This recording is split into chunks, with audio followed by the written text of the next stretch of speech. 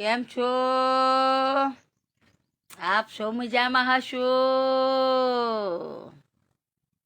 હું ભાટિયા પારુલ, ગામ મારું લુણાવાડા, જિલ્લો મારો મહીસાગર. અરે આપણા દેશની અંદર મરનારનું માતંગ તો આખું ઇન્ડિયા ગુજરાત મનાવશે. એ પણ કોઈ નેતા મંત્રી કે અધિકારી હોય તો.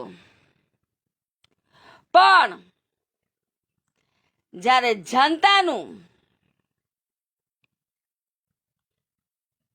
જનતાની વાત આવે અને જનતા જ્યારે ન્યાય માટે મરતી હોય ત્યારે ચાપલુસીઓ કરવા વાળાના દાઢે ને મોઢે જીભ આવે. પીડિત માણસ, પીડિત અરજદાર, તેમને બહાર લાવવાની વાત તો હવામાં ફ્ર થઈ જાય. પણ કારે બિચારા વાલા બને આ નેતા મંત્રી ચૌદસ્યાઓને કે વાલા બનીને દહીં કેળા ખાય. આપણા ઇન્ડિયાની અંદર મર્યા પછી તો બધાએ માતંગ મનાવશે, પણ મરનાર વ્યક્તિને બહાર કાઢનાર કોઈ નથી. ના તો જિલ્લામાં, ના તો રાજ્યમાં, ના તો ગુજરાતની અંદર આપણે ઇન્ડિયા લેવલમાં. કેમ કે સચ્ચાઈની વાત આવે તો બધાની હવા ફૂર થઈ જાય હવામાં. અને કાંઈક ન્યૂઝ અધિકારીઓને સાચું કહી દીધું તો બોલતા શીખો.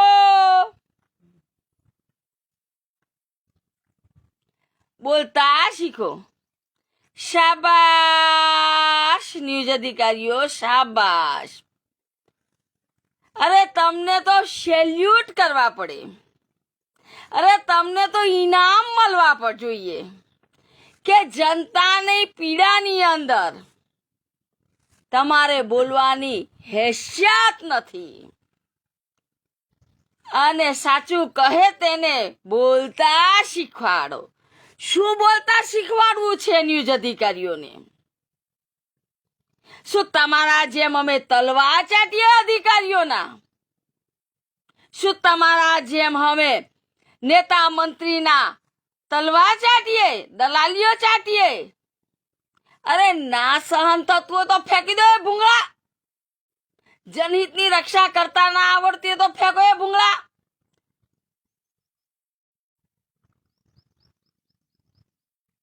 એક તો જનતાની રાય સાંભળવી નથી, સાચા મુદ્દા બતાવવા નથી, અને કોમેન્ટોમાં એવું લખો છો કે બોલતા શીખો.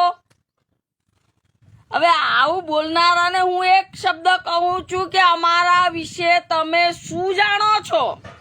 કોમેન્ટો લખતા પહેલા તમારી પાસે કયા એવા સાબુતો છે કે જનતાનો અવાજ તમે દબાઈ શકો?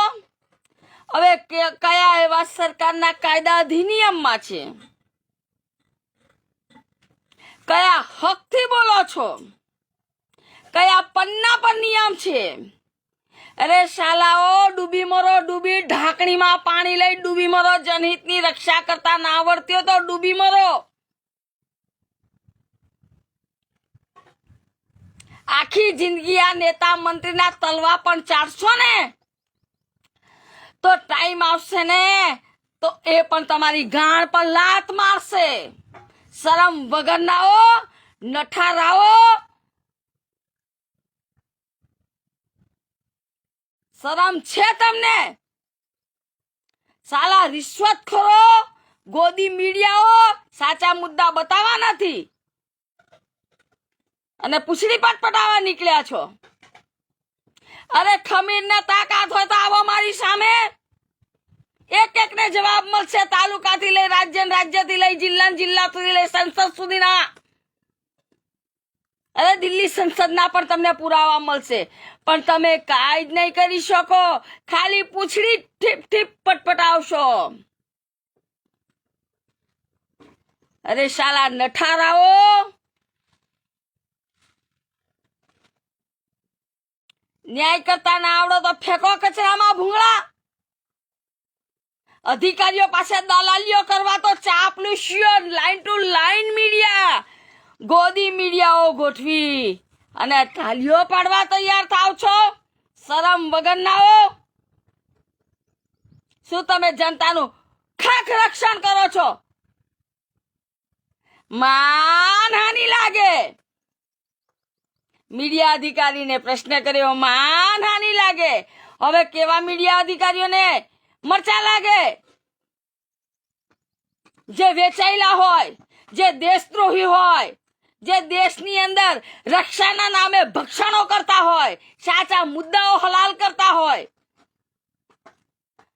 દેશના અધિકારીઓ તાનાશાહી કરતા હોય, નેતા મંત્રીના અવાજો બહાર પાડવા ના માંગતા હોય, જનતાને ન્યાય અપાવવા ના માંગતા હોય, શું આ મેસેજો લખવા વાળા દલાલીઓ છે?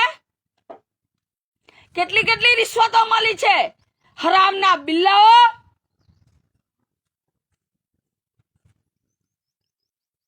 અને આવો મારી પાસે તમારી મેં ખમીરતા હોય તો કોમેન્ટમાં પૂછડી પટપટાયા વગર સાચું જાણો.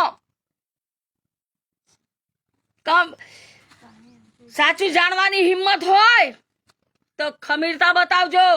શાલાઓ, મરનાર વગર મરણ નો થાય. ગામજનો ના જાણતા હોય, તેના કુટુંબીઓ ના જાણતા હોય, તેના ભાઈઓ ના જાણતા હોય, તેની બહેનો ના જાણતી હોય, મરનારના એના મરનારના જે પુરાવા નથી જિલ્લામાં, રાજ્યમાં, તાલુકામાં કે મૃતક જાહેર કરી શકે. શાલા નઠારાઓ, તમારા લોકો લીધે જ આ જનતા બિચારી ભોળી ફસાય છે. અરે બાળક શાળામાં જાય તો એને શિક્ષક પોતાના બચાવ માટે વાલી અને બાળક જોડે અભદ્ર વ્યવહાર કરે. આ કોના પુણ્ય પ્રતાપ? શાલા નઠારાઓ, દેશના દલાલો. આટલું કહ્યું એટલે માનહાની. જાવને તાકાત હોય તો ત્યાં.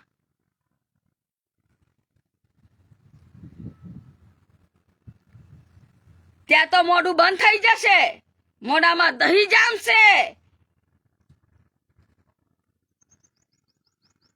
સાલા ઇજ્જત વગરના ખમીર.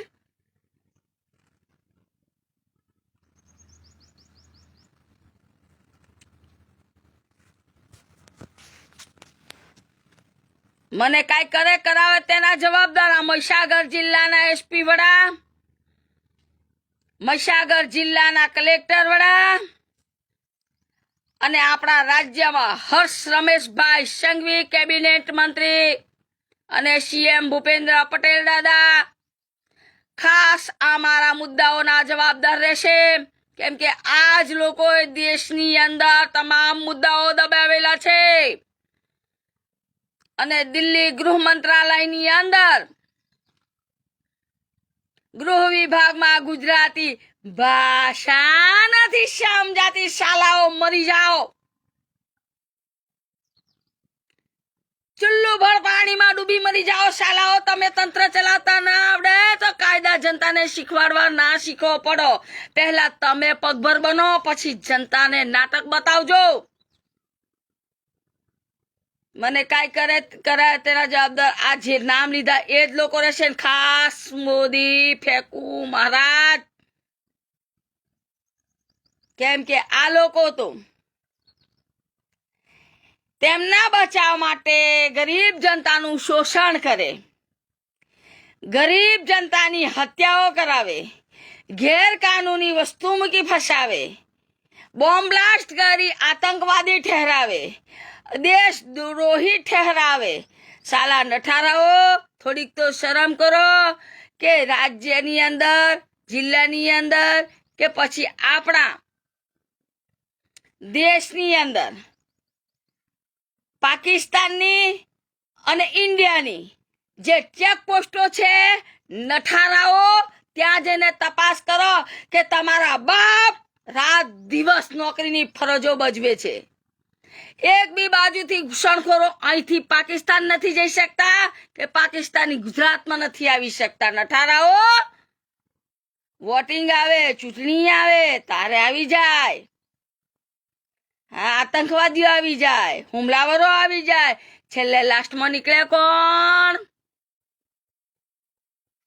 એના સવાલ તો તમને પણ ખબર છે.